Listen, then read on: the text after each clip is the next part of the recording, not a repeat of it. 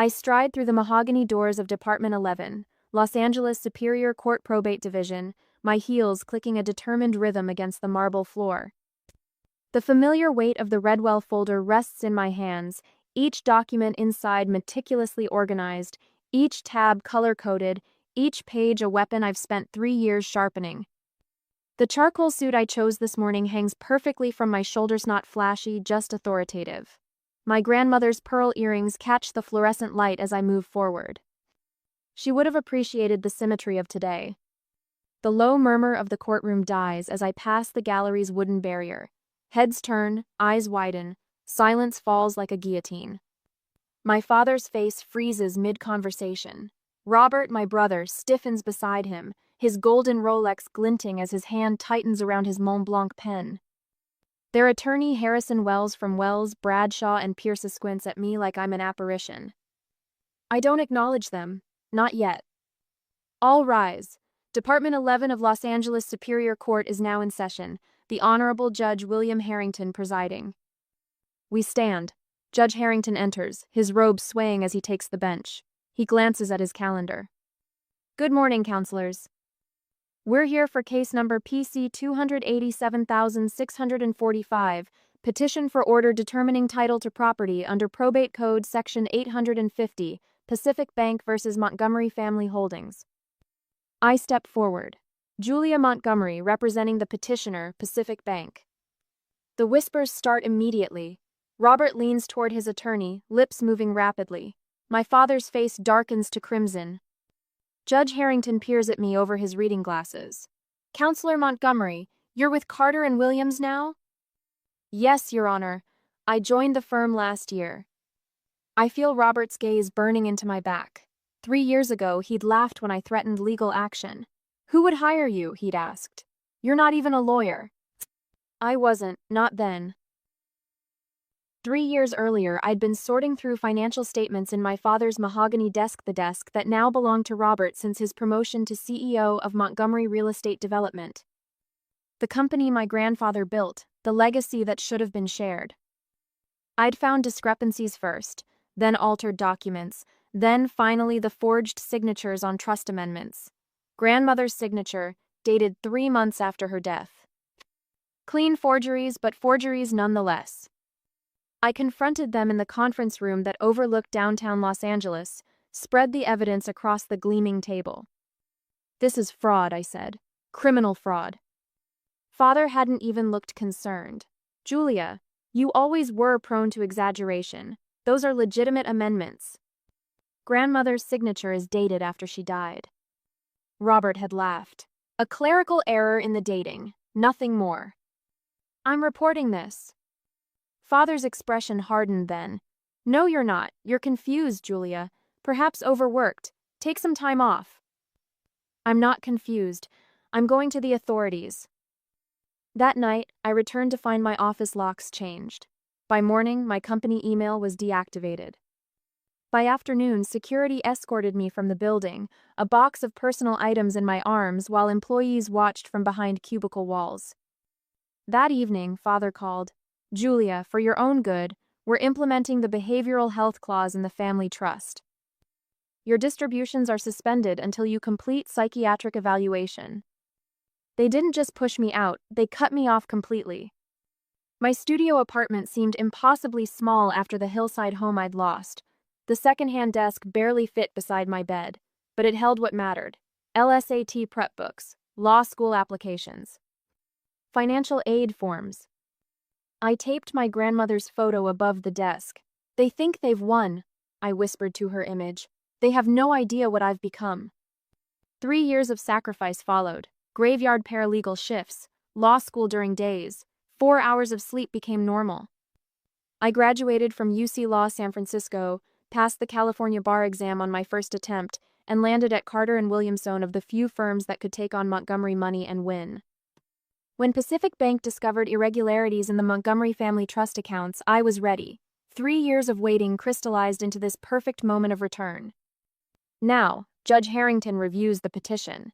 Interesting case, Counselor Montgomery. Care to summarize your position? I open my folder perfectly calm.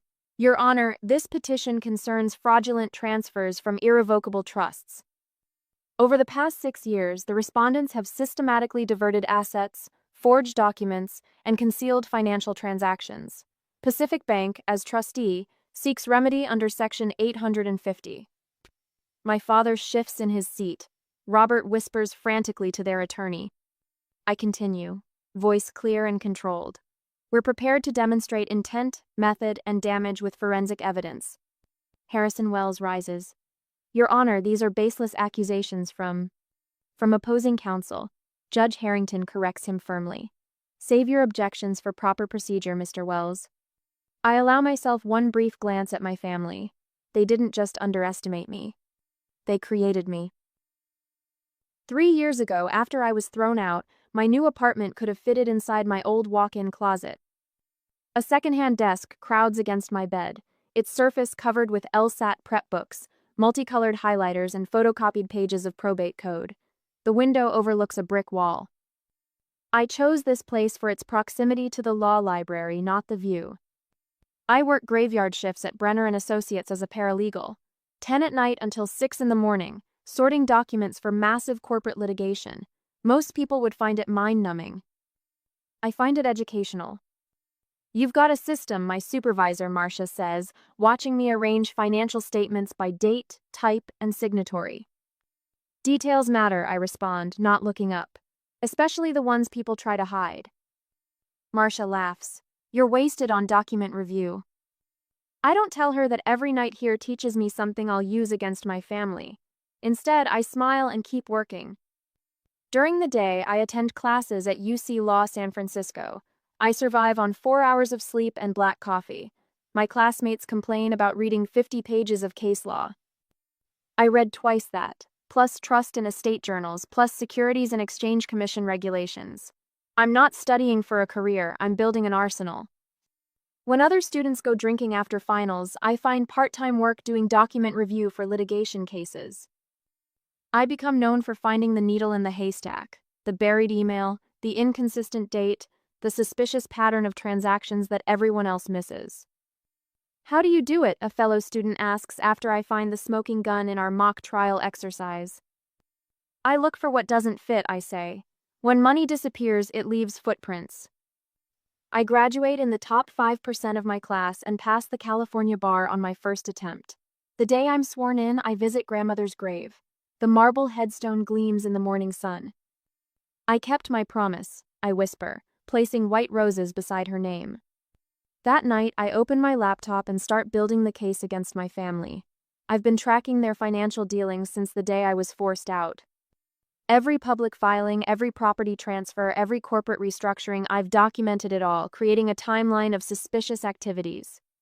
Schedule K-1 forms show income distributions that don't match reported trust earnings. Property transfers between shell companies hide assets. The Form 706 estate tax return filed after grandmother's death undervalues her holdings by millions. I print everything, organizing it into binders with color-coded tabs. The evidence grows until it fills a storage box under my bed. 6 months later, I join Carter & Williams, a prestigious firm specializing in trusts and estates litigation. I work 14-hour days, building a reputation for meticulous preparation and unflinching persistence. I never mention my family name. I let my work speak for itself. Then Pacific Bank flags irregularities in the Montgomery family trust accounts. The senior partner, Franklin Carter, calls me into his office. Julia, there's a case I think you might have unique insights on. He slides a folder across his desk. Pacific Bank versus Montgomery Family Holdings. My heart pounds, but my voice remains steady. What's the issue? Suspicious transfers from irrevocable trusts, possible forged documents. The bank's concerned about their liability as trustee. I open the folder. The documents confirm what I've been tracking for years. This isn't personal, I tell him, looking directly into his eyes. It's professional malfeasance. I can handle it objectively. He studies me. Are you sure? I've been preparing for this my entire career. What I don't say is that I've been preparing for precisely 3 years, 2 months, and 16 days. The firm assigns me as lead counsel. I assemble a team, 2 paralegals, a forensic accountant, and a former IRS examiner as our expert witness. We work nights and weekends, building an airtight case. The forensic accountant whistles when I show him my timeline of transactions. You've already done half my job. I had time to prepare, I say simply. The night before we file our motion to compel financial disclosure, I review every document one last time. Each piece fits perfectly with the next, forming a picture of systematic fraud that not even the most expensive attorneys can dismiss. My phone rings at midnight. It's Robert.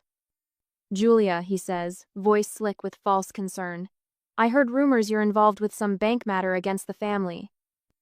All communication should go through counsel, I reply. Don't be ridiculous, we're family. We were family when you changed the locks on my office. Silence hangs between us. Then, whatever you think you know. I don't think, I know. I cut him off, and tomorrow so will the court. I hang up and return to my documents, checking each citation, each exhibit number, each page reference. By dawn, everything is perfect. Now, at the present, the first hearing comes quickly. Harrison Wells, my family's attorney, argues for dismissal, claiming insufficient evidence of wrongdoing.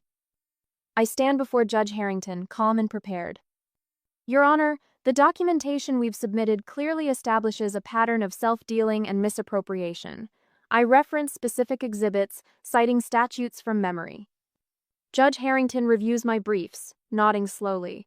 When he looks up, his decision is clear. The court finds sufficient evidence to proceed. Motion to dismiss denied. It's just the first skirmish in what will be a long battle, but as I pack my briefcase, I catch Robert's stunned expression. He believed his money could bury the truth. He's about to learn how wrong he was. I walk out of the courtroom, my head high, my steps measured. The real fight is just beginning. A week after, the courthouse hallway bustles with morning activity. Attorneys in press suits clutch coffee cups, paralegals wheel document carts, and anxious clients fidget on wooden benches. I stand apart, reviewing my notes one final time. When Robert enters with his entourage, the space suddenly feels smaller. He strides through the security checkpoint like he owns it, flanked by 3 attorneys from Harrington, Wells, and Pierce. The white shoe firm father has kept on retainer since before I was born. Robert's navy suit probably cost more than my monthly rent. His Rolex catches the fluorescent light as he gestures to his lead counsel. Their eyes find me, and I catch the smirks they exchange. Robert leans toward the silver-haired attorney beside him, Harrison Wells himself, and whispers something that makes them both chuckle. The message is clear. Look at little Julia playing lawyer. I straighten my spine and return to my preparation, arranging my exhibits in precise order. Pacific Bank v. Montgomery Family Holdings will be called any minute. I've memorized every document, anticipated every argument. The weight of 3 years of preparation settles across my shoulders like armor. The bailiff appears at the courtroom door. Department 11 is now in session. We file in, Robert's team claiming the respondent's table with the casual confidence of men who expect to win. I take my place at the petitioner's table, arranging my tabbed binders with methodical precision. My paralegal, Sophia, slides into the seat beside me with our additional materials. All rise for the Honorable Judge William Harrington. Judge Harrington enters, his robes billowing behind him. He's known for his no-nonsense approach and encyclopedic knowledge of probate code. I couldn't have asked for a better judge. Be seated, he says, adjusting his reading glasses. We're here for Pacific Bank versus Montgomery Family Holdings, case number PC 287,645. Let's start with respondent's motion to dismiss. Harrison Wells rises, buttoning his jacket with a practiced flick. Your Honor, this petition lacks standing and sufficient evidence of wrongdoing. Pacific Bank claims to represent the interests of a trust that was properly amended by its settlor. These amendments were executed with all legal formalities and notarized appropriately. I watch him closely, noting each citation, each carefully constructed argument. He speaks with the practiced ease of a man who spent 40 years in courtrooms like this one. Furthermore, Wells continues, under the precedent established in Wilkins v. Heartland Trust, The burden for proving fraud in a properly executed trust amendment falls to the petitioner, who must demonstrate clear and convincing evidence of both fraudulent intent and material harm. This petition fails on both counts. Judge Harrington makes notes, then looks at me. Miss Montgomery, your response? I rise slowly, feeling every eye in the courtroom on me. Robert leans back in his chair, arms crossed, a small smile playing at the corners of his mouth. Your Honor, counsel is relying on the pre-2014 version of Probate Code Section 850. My voice is steady, confident. You'll want to check your pocket parts, Mr. Wells. A flicker of uncertainty crosses Wells's face. The current statute, as amended, specifically addresses situations where a trustee, in this case, Pacific Bank, discovers irregularities in trust administration. The 2014 amendments lowered the initial burden of proof precisely to prevent the scenario we have here: beneficiaries using procedural hurdles to block legitimate inquiry into potential fraud. Wells scrambles through his legal pad, whispering urgently to his associate. I place a document on the projector. This is the chain of custody log for all trust documents received from the Montgomery Family Holdings offices. Note the date stamps, signature verification forms, and compliance certifications. Each document was cataloged and verified against exemplars. The judge leans forward, studying the projection with interest. Your Honor, we've met and exceeded all procedural requirements. The bank's standing is clear under Section 17,200 as trustee of the Montgomery Family Trust. And the evidence threshold for proceeding has been satisfied through forensic documentation that I'm prepared to present today. Judge Harrington removes his glasses. Mr. Wells, do you have a copy of the 2014 amendments with you? Wells turns to his associate, who shakes his head slightly. We can obtain one, Your Honor. No need. The court has current statutes. Judge Harrington reviews his computer screen. Miss Montgomery is correct. Motion to dismiss is denied. We'll proceed with petitioner's case in chief. A flush creeps up Wells's neck as he returns to his seat. Robert's smirk has vanished, replaced by a tightened jaw and narrowed eyes. I call our first witness, David Kaplan, Pacific Bank's forensic accountant. As he's sworn in, I notice Robert passing a note to Wells, his movements quick and agitated. Wells reads it, shakes his head, and scribbles something in response. Kaplan testifies methodically about the discrepancies he discovered in the trust account's unauthorized transfers, undisclosed investments, suspicious patterns of withdrawals, all occurring after my grandmother's death. And what conclusion did you reach about these transactions, I ask? They display clear patterns of self-dealing and breach of fiduciary duty, Kaplan states, pointing to his detailed analysis. The timing and structure of these transactions indicate deliberate attempts to circumvent trust protections. Robert whispers something urgent to Wells, who rises. Your Honor, we'd like to introduce new evidence that directly contradicts this testimony. What evidence? Judge Harrington asks. Additional trust amendments and accounting records that clarify these transactions were authorized. I'm on my feet immediately. Your Honor, this violates discovery rules. We received none of this during disclosure despite multiple requests for complete documentation. When were these documents identified, Mr. Wells? The judge asks. Recently, Your Honor. How recently? Wells hesitates. Within the past 48 hours. And you're only presenting them now, in the middle of testimony? Judge Harrington's voice carries a note of disapproval. Objection sustained. The court will not consider undisclosed evidence introduced at this late stage. Robert's face darkens. He scrawls another note and shoves it toward Wells, who barely glances at it before returning to his legal pad. I continue my questioning, guiding Kaplan through specific transactions, a series of property transfers from the trust to a shell company owned by Robert, systematic depletion of my grandmother's art collection, backdated loan agreements. With each revelation, the courtroom grows more tense. Robert's composed facade cracks further, his face paling when Kaplan highlights a particular series of transactions that occurred 2 days after my grandmother's funeral. And these signatures on the transfer authorizations, I say, displaying them on the projector, did you compare them to verified exemplars? Yes. Kaplan says, In my professional opinion, they do not match the exemplars of Mrs. Eleanor Montgomery's signature. Additionally, they're dated 3 months after her death. A murmur ripples through the courtroom. Judge Harrington calls for order. When Kaplan steps down, I return to my table, organizing my notes for the next witness. Sophia slides a glass of water toward me with a small nod of approval. I take a sip, then look directly at Robert for the first time since entering the courtroom. His eyes lock with mine, a mixture of fury and disbelief in them. He never expected this, not just that I would become an attorney, but that I would become this attorney, methodical, prepared, unshakable.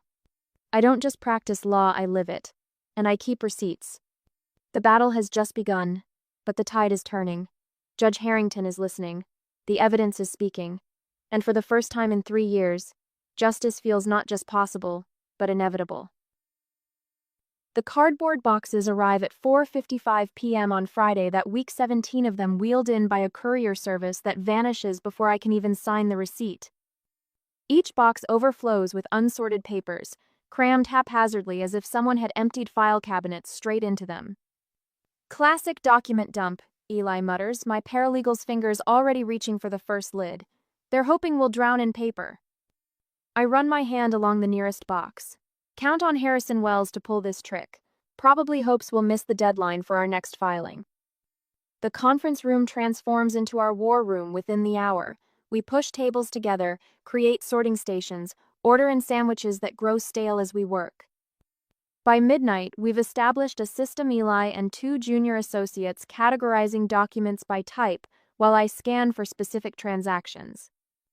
Julia. Eli calls around 2 a.m. holding up a folder. These bank statements don't match what they produced last month. I blink away exhaustion, joining him at his stack. The numbers blur, then sharpen as I focus.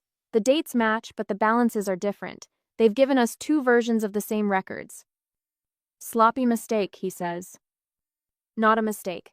I grab a highlighter marking the discrepancies. They're getting desperate. Pull every bank statement from both productions and put them side by side. Dawn breaks as patterns emerge.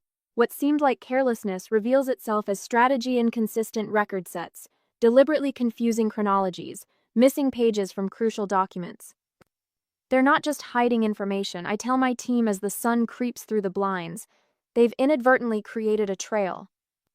I spread the contradictory statements across the table. Look here and here. These transfers don't appear in the first production, but they show up in this one. They've proven these accounts exist, accounts they previously denied having. My phone buzzes with a text from Robert. Hope you're enjoying the weekend reading material, sis. I don't respond. Instead, I draft an ex parte application to compel proper discovery compliance, attaching exhibits showcasing the most egregious examples of their discovery abuses. By Monday morning, we filed our motion, and by Wednesday, we're standing before Judge Harrington again. Your Honor, opposing counsel has engaged in deliberate obfuscation. I say, standing at the podium. My voice remains level despite the fire in my chest. 17 boxes of unsorted documents delivered minutes before close of business Friday, containing contradictory information to their previous production. Harrison Wells rises, adjusting his silk tie. Your Honor, we provided all requested documentation. The volume simply reflects the complexity of these financial matters. Judge Harrington frowns. Mr. Wells, 17 boxes delivered at 4:55 p.m. on a Friday suggests tactical motivation rather than good faith compliance. We've made every reasonable attempt to work with opposing counsel, Your Honor, I continue. Our meet and confer efforts have been rebuffed at every turn. I hand the clerk a folder. These are emails showing their refusal to discuss our discovery concerns. 3 separate requests for conference, all ignored. Wells sputters. Your Honor, we received no such. Email receipts are included, counsel, I interrupt, showing when each message was opened.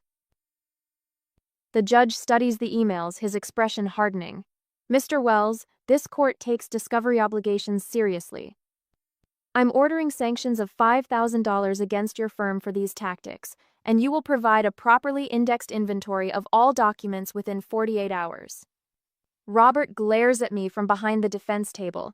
My father's face remains impassive, but his knuckles whiten around his pen. Later, locked in a courthouse bathroom stall, I press my forehead against the cool metal partition. Exhaustion floods my bones. 3 straight nights with barely 4 hours of sleep has left me hollow, running on caffeine and fury. For a fleeting moment, doubt creeps in. Can I really beat them? They have resources, connections, a lifetime of privilege. My phone buzzes. A text from Eli. Just saw your father in the hallway. His expression was priceless. You've got this. They don't. Later that day, I met Margaret Wilson, the former assistant of my father's and the family accountant at the nearby cafe. I found it, she says without preamble, spinning her laptop toward me. The smoking gun. Robert created a shell company that received trust assets, then funneled them through 3 more entities before they landed in his personal account. I study the transaction map she's created, a web of deceit visualized in flowchart form. Can you testify to this? With pleasure. She taps a sequence of numbers. And I've prepared these questions for his deposition that will back him into admitting the transfers without realizing what he's admitting. I review her suggested questions, adding my own, creating the perfect trap for my brother's testimony. His arrogance will be his downfall. He's always been too impressed with his own cleverness to imagine anyone could outsmart him. That afternoon, the Los Angeles Business Journal runs a story. Family feud and financial giant. Montgomery heir takes on dynasty. My phone fills with messages from former colleagues, old friends, people who watched me get escorted from the building 3 years ago. As I prepare for tomorrow's deposition, I review Robert's previous testimony transcripts, noting his patterns, his tells, the moments when his confidence slips. I'm not just building a case now, I'm constructing his downfall, one document at a time. The document war has cost me sleep, but it's given me ammunition. My family doesn't realize that in trying to drown me in paper, they've handed me the very rope I'll use to pull their empire apart. The next day, Robert takes the witness stand with the practiced ease of someone who has spent a lifetime in positions of authority. His tailored Italian suit fits his broad shoulders perfectly, power move, calculated to impress. He adjusts his crimson tie, smiles at Judge Harrington, and settles into the leather chair. Please state your name for the record. Harrison Wells intones. Robert Montgomery, CEO of Montgomery Real Estate Development. Wells leans against the podium with casual confidence. Mr. Montgomery, can you explain your understanding of the family trust structure? Robert nods, launching into a well-rehearsed explanation. His voice carries the perfect mix of authority and deference. The Montgomery Family Trust was established by my grandfather in 1976 to preserve family assets and ensure proper succession planning. After my grandmother's passing, certain amendments were made all properly authorized, streamline operations, and improve efficiency. In the gallery, Montgomery family friends nod sympathetically. A retired judge, 2 bank presidents, a state senator. The Montgomery inner circle assembled to witness what they assume will be another family victory. I make notes, letting him ramble. Each word builds the trap higher around him. For 45 minutes, Robert weaves a tapestry of half-truths and mischaracterizations. Wells guides him through prepared questions designed to portray the transactions as simple administrative adjustments rather than what they truly were, calculated theft. When Wells finally concludes, no further questions, Judge Harrington turns to me. Cross-examination, Counselor Montgomery? I rise slowly, selecting a single manila folder from my table. The courtroom falls silent as I approach the witness stand. No legal pad, no notes, just one folder containing 6 pages. Good morning, Mr. Montgomery. Robert smiles tightly. Julia. That's Counselor Montgomery in this courtroom. My voice remains neutral, professional. Of course. His smile freezes. I place the folder on the rail of the witness box. Mr. Montgomery, you testified earlier that the amendments to the Montgomery Family Trust were executed in March 2019, correct? Yes, that's right. And you personally signed those amendments? I did. Along with your father? Yes. I open the folder and withdraw the first document. Your Honor, may I approach the witness? Judge Harrington nods. I hand Robert the document. Mr. Montgomery, this is your American Express statement from June 2019. Could you please read the highlighted transaction from the 17th of June? Robert squints at the paper. A muscle twitches in his jaw. Montage Beverly Hills, $752.4. And what was that charge for? Lunch, apparently. With whom? He shifts in his seat. I don't recall specifically. I produce another document. This is the receipt from that lunch. Please read the names written at the bottom. Robert clears his throat. Robert Montgomery, Harrison Wells, Stanley Pritchard. And who is Stanley Pritchard? Our document services provider. I nod, retrieving another paper. This is Mr. Pritchard's invoice dated the 18th of June, 2019. Would you read the description of services, please? The gallery leans forward collectively. Robert's fingers tighten on the paper. Preparation and backdating of trust amendment documents as requested. A murmur ripples through the courtroom. Judge Harrington's gaze sharpens. Mr. Montgomery, can you explain why your signature appears on these documents dated March 2019 when you were clearly meeting with Mr. Pritchard to create them in June? Robert's face pales. There must be some mistake. Is it also a mistake that your grandmother's signature appears on these amendments dated March 2019, despite her passing in December 2018? Harrison Wells jumps to his feet. Objection! Counsel is badgering the witness. I'm establishing timeline inconsistencies central to our case, Your Honor. Overruled. Judge Harrington leans forward. The witness will answer. Robert loosens his collar. We had her permission before she passed. The paperwork was simply finalized later. With a falsified signature? That's not. Your Honor, I interrupt. The petitioner calls Margaret Wilson. The courtroom doors open. A silver-haired woman in a modest navy suit walks toward the witness stand. My father half rises from his seat, his face draining of color. As Robert steps down, he whispers, "What are you doing?" I don't respond. Margaret Wilson is sworn in. For 27 years, she served as the Montgomery family accountant until her abrupt termination 3 years ago, coincidentally, the same week I was forced out. Miss Wilson, what position did you hold at Montgomery Real Estate Development? Chief Financial Officer and Family Accountant from 1994 until 2022. And why did your employment end? She straightens her glasses. I was terminated after refusing to participate in what I believe to be fraudulent financial activities. My father whispers frantically to Harrison Wells, who scribbles notes with increasing urgency. Could you elaborate on these activities? I was instructed to create alternate financial record zones set for tax authorities and banking institutions, another for internal use. I was also asked to backdate numerous documents after Mrs. Montgomery's death. Who gave you these instructions? She looks directly at my father, Thomas Montgomery, with Robert's approval. For the next 30 minutes, Margaret methodically details each fraudulent transaction, each manipulated document, each misappropriated fund. The judge's expression hardens with each revelation. When she finishes, the courtroom sits in stunned silence.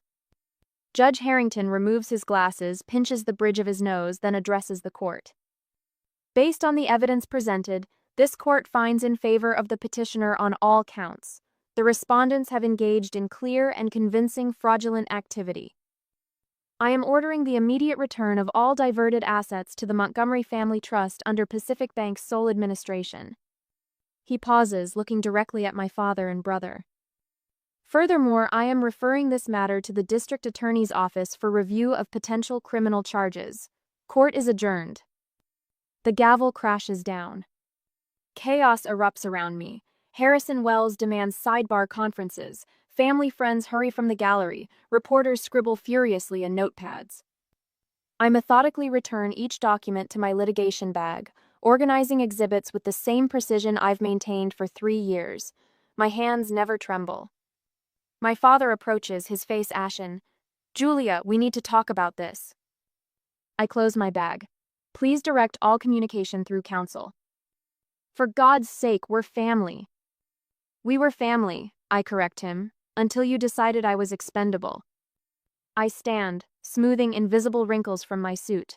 The weight I've carried for 3 years has lifted. No elation, no gloating, just the quiet satisfaction of truth finally exposed to light.